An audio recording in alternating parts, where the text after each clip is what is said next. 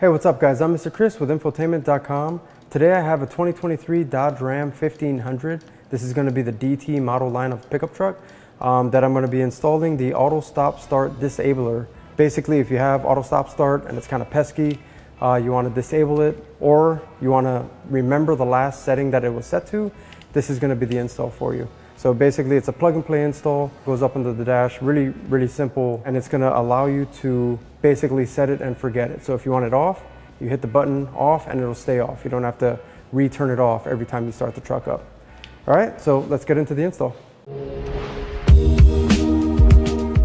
All right, so for the installation, a lot of you guys are familiar with the gateway module. This is it here on the Ram 1500 DT. It is right above your brake pedal, basically to the left of your steering wheel. On the side, you got two plugs, and the one that you're interested in is going to be the bigger of the two. This one right here. All you have to do is unplug that, plug in your pass-through harness.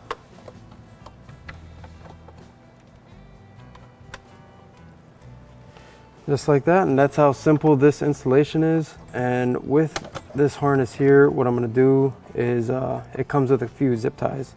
So I'm going to go ahead and zip tie this whole assembly right up in here.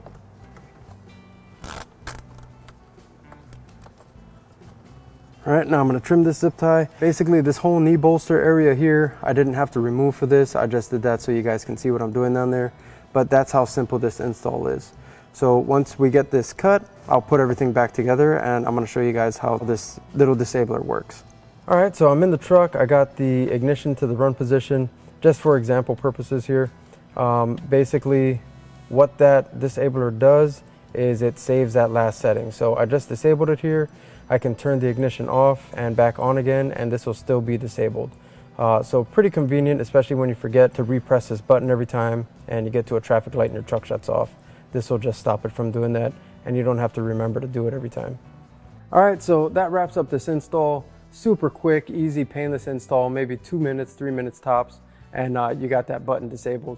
So if you like this video and you want to see more just like it, be sure to head back to infotainment.com. Thanks for watching.